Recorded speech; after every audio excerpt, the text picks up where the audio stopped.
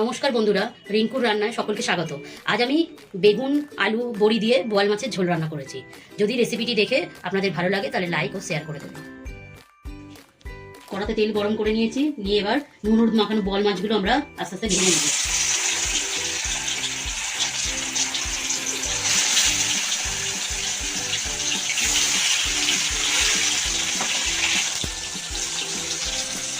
বোয়াল মাছগুলো আমরা নুন হলুদ মাখিয়ে নিয়েছি, সেগুলো এবার তেলে একে একে ভেজে নেব। অন্যদিকে একটা পাত্রে আমরা জল দিয়ে মশলার একটা ঘোল বানিয়ে রাখবো। জলে হলুদ গুঁড়ো দেবো হাফ চামচ, 4 ভাগের 1 ভাগ দেবো কালার লঙ্কা,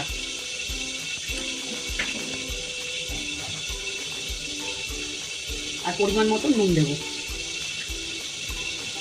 দিয়ে এই মশলার ঘোলটা আমরা ভিজিয়ে রাখবো, আমরা পরে এটা ব্যবহার করবো। আর কোনো মশলা আমরা ব্যবহার করবো না।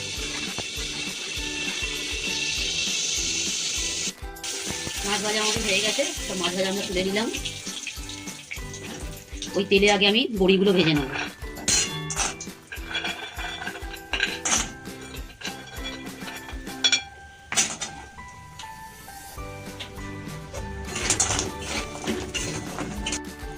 বড়িগুলো আমরা একে একে তুলে নেব। বড়ি ভাজা আমাদের হয়ে গেছে। আলুগুলো আমরা ভেজে নেব।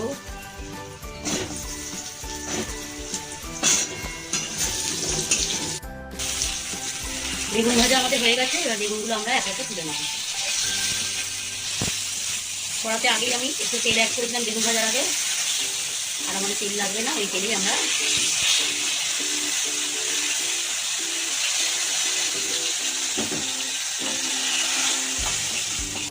ওই তেলে কালো জিরা আর কাঁচা লঙ্কা ফোড়ন দিলাম। আগে থেকে আমাদের ঝলে ভেজানো যে মশলার ঘোলটা আছে সেটা আমরা এতে দিয়ে দেবো।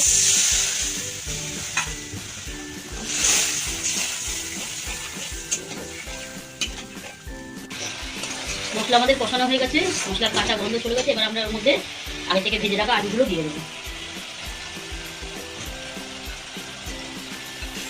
এবার আমরা মশলায় জল দিয়ে দেবো, দিয়ে ঝোলটা ফুটলে ভেজে রাখা মাছ বেগুন আর বড়ি দিয়ে দেবো।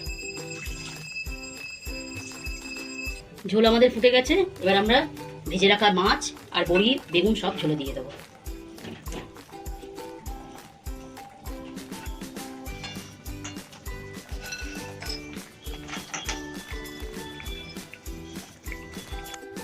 ঝোল আমার ফুটে গেছে, মাছ বড়ি আগেই দিয়ে দিয়েছি, এবার বেগুনগুলো দিয়ে আমরা নামিয়ে নেবো।